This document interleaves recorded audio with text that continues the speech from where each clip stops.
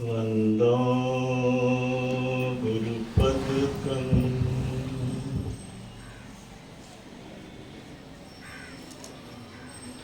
वंदो गुरुपदकं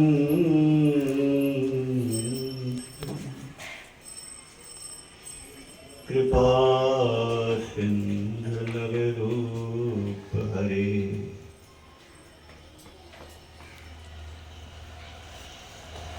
महामोहतम कुंद जासु वचन रविकर निकर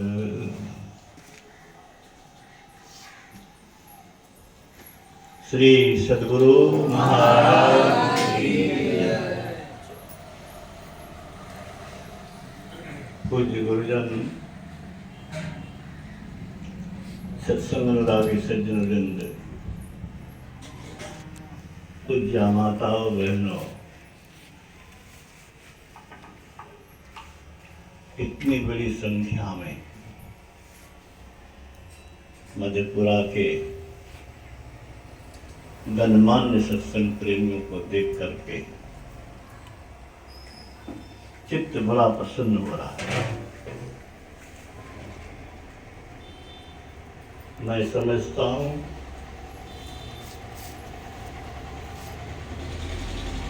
जब मैं प्रसन्न होता हूँ कि जिनके दरबार में आप हम उपस्थित हुए हैं उन्हें कितनी प्रसन्नता होती होगी और उनकी प्रसन्नता हम लोग के सौभाग्य निर्धारण का एक कारण बनेगा, इसमें कोई संदेह हमें नहीं मालूम होता।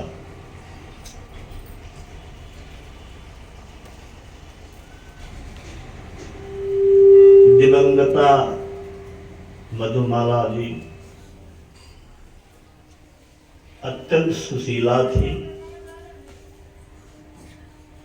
भक्ति से सराबोर उनका हृदय था, कुशल गृहिणी थी। उनका जीवन सफल है। गुरु महाराज ने कहा शोक उनके लिए करना चाहिए जो कुकर्मी होकर मरे, जो सुकर्मी सुधर्मी होकर मरे हैं, शरीर त्यागे हैं, उसके लिए शोक नहीं, वो तो अच्छी गति में जाएंगे। वो तो चली गई और हम लोग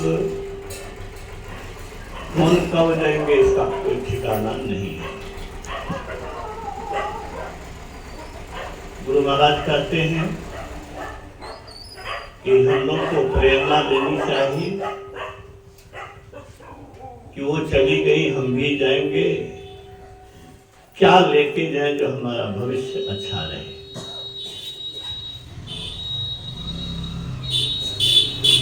जीवन क्षणिक है, शरीर देव दुर्लभ है, अभी आप सुन रहे थे। देवता को दुर्लभ, जो सत्संग नहीं किए हैं उनको होता होगा क्या बोल रहे हैं। देवता को इसलिए दुर्लभ कि पुण्य कर्म के कारण देव बने हैं, देवलोक गए हैं। अब पुण्य क्षीण होने पर फिर कर्म बस उसको विभिन्न योनियों में जाना पड़ेगा, लेकिन मनुष्य शरीर को जो साधन धाम बना करके इस शरीर के अंदर ब्रह्म ज्योति और ब्रह्मनाद का सहारा लेकर के परम पद को पाएंगे, वे ईश्वर में मिलकर के ईश्वर ही हो जाएंगे। तो ये काम मनुष्य शरीर में ही हो सकता है, देवता के शरीर में ये काम होने वाला नहीं है। जो कोई भी ईश्वरत्व पाए मनुष्य शरीर पा करके ही आरती तन मंदिर में कीजिए, दिल में परमात्मा को बसा करके परमात्मा स्वरूप हो गए। उपनिषद वाणी है, दर्शना दर्शने हित्वा केवल स्वयं रूपतः यह आस्ते कपि शार्दुल ब्रह्म स ब्रह्मविद स्वयं।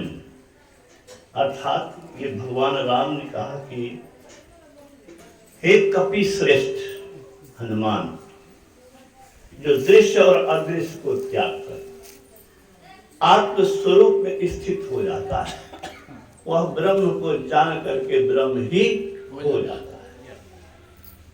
आप हम ब्रह्म बन सकते हैं, ये काम इंद्र नहीं कर सकता है। इंद्र को भी मनुष्य शरीर में आना पड़ेगा, तभी ये काम हो सकता है। यही तत्वदर्शियों का, संतों का, नर रूप में नारायण भगवान जो राम आए वो भी तो यही कहा कि देव दुर्लभ है। तो देव दुर्लभ शरीर पा करके गुरु महाराज कहते हैं,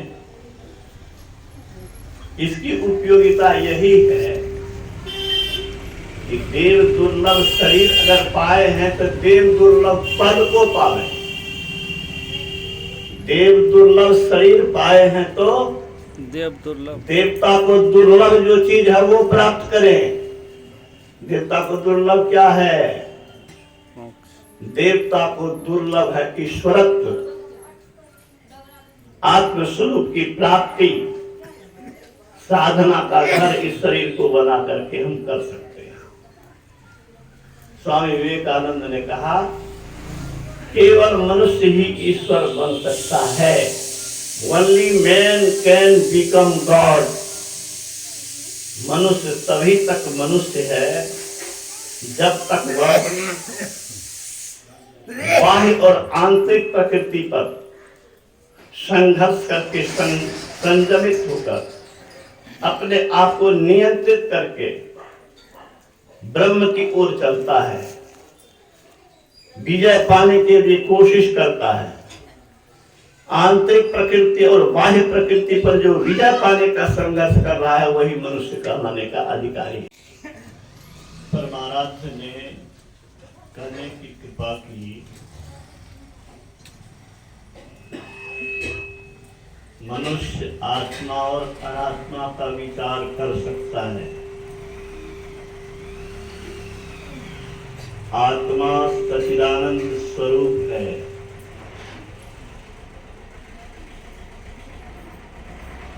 सत्ता स्वरूप है, आनंद स्वरूप है, ज्ञान स्वरूप है, कल्याण स्वरूप है, शांति स्वरूप है। इसको विचार ही नहीं कर सकता, इस स्थिति को प्राप्त कर सकता है।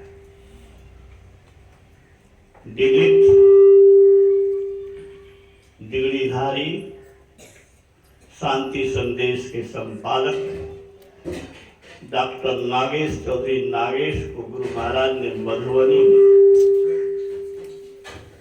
प्रातः काल सत्संग के बाद पूछा था, किसकी सत्ता है? बिहार में नीतीश की सत्ता है भौतिक दृष्टि से, लेकिन इस संसार में किसकी सत्ता है? विचारें। तो नागेश जी ने कहा था कि ईश्वर की सत्ता है। तो गुरु महाराज ने कहा संत की भी सत्ता है। महाराज की जय। ये शरीर संतत्व की ओर ले जाने का साधन है। जो संतत्व का साधन करेगा वो संत बनेगा। इस जन्म में बने कि किसी जन्म में बने, किसी जन्म में मीरा तुम लोग भी बन सकते हो। हम अपने बच्चे को कलेक्टर बनाना चाहते हैं, बच्चे को सिखाते हैं, कोई पूछे क्या बनोगे तो आईएएस बनेंगे। उस आईएएस को तो गोली मार दीजिए तो उड़ गया दुनिया, लेकिन उस आईएएस को गोली मारने वाला जमदूत और जमराज का भी हिम्मत नहीं है जिसने आत्मस्वरूप की प्राप्ति किया। गुरु महाराज ने कहा, जो घोड़ा अच्छी चाल चलता है उसकी बड़ी कीमत है। कुत्ता सूंघ करके चोर डकैत हत्यारा का पता लगाता है, उसको बड़ी सुविधा मिलती है। कोयल कूक मारती है, बड़ी मीठी लगती है। चोचा पक्षी अच्छा घर बना देता है। मनुष्य भी कुछ कारीगरी सीख लिया, कुछ विशेषता हो गई थी, कौन बड़ी बात है। आपकी सारी उपलब्धि मिट्टी में मिलने वाली है। नरतन पाई विषय मन देही, पलटी सुधाते सठ विष देही। विष रूप है। हम कहते हैं कि संसार का रस स्वीट पॉइजन है, ये धीरे धीरे मारता है।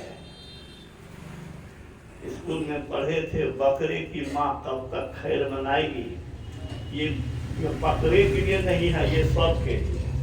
कब तक खैर मनाओगे? कब विपत्ति, कब बीमारी, कब कौन कष्ट, कब मौत लेके चला जाएगा, क्या ठिकाना है। कब तक खैर मनाना है। क्षणिक दुनिया में मनुष्य शरीर इस दुख की नगरी से उबरने का साधन है।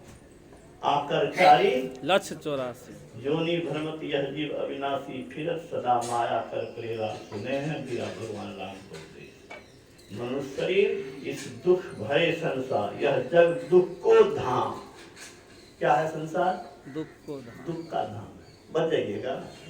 संसार में सौर जगत में रहकर सूर्य के प्रभाव से कोई बच नहीं सकता। इस संसार में भी मौत के तांडव से, बीमारी के तांडव से, दुख के तांडव से कोई बच नहीं सकता। कौन नहीं लाखों बार रोया छटपटाया, कौन नहीं रोएगा छटपटाएगा। इससे निजात पाने का साधन मनुष्य शरीर अनमोल साधन है, अनमोल गिफ्ट है परमात्मा का। अनुपम वरदान है, सृष्टि का सर्वश्रेष्ठ वरदान है।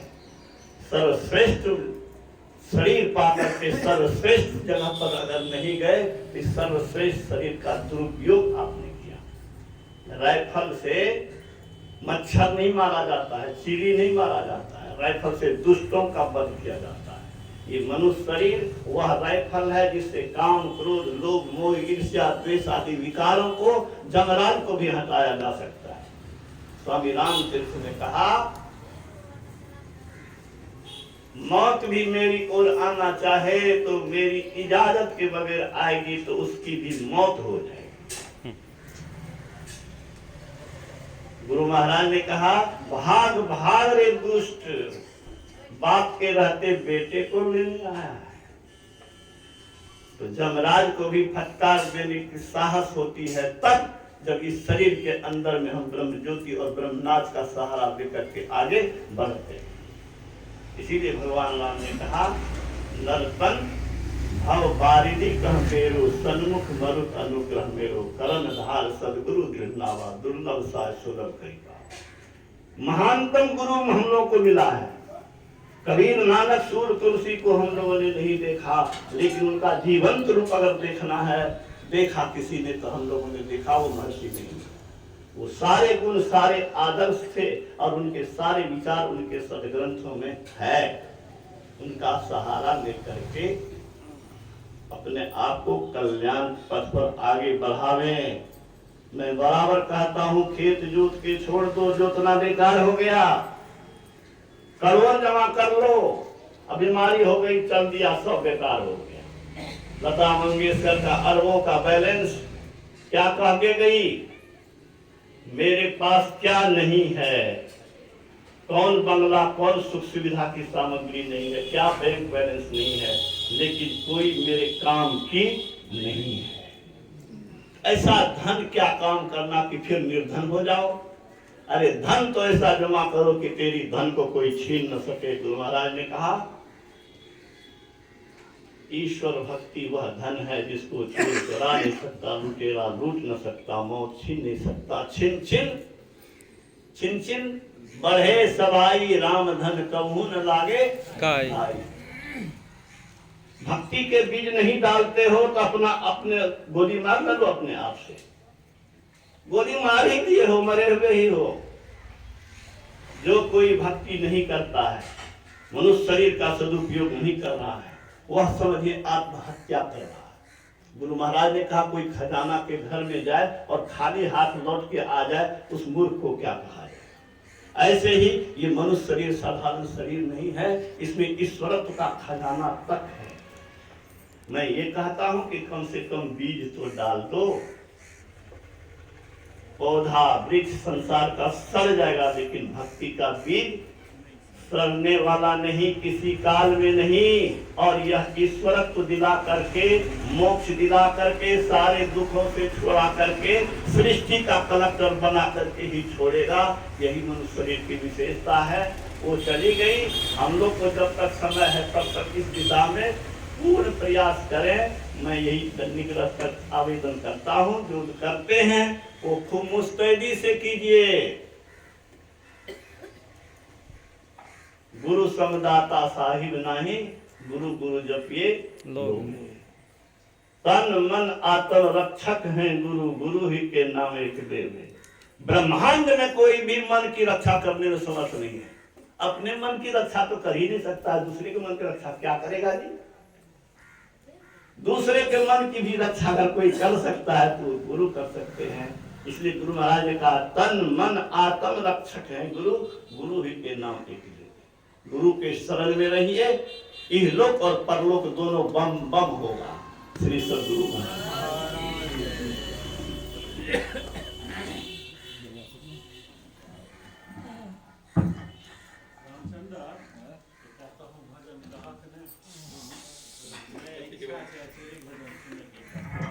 बोलो।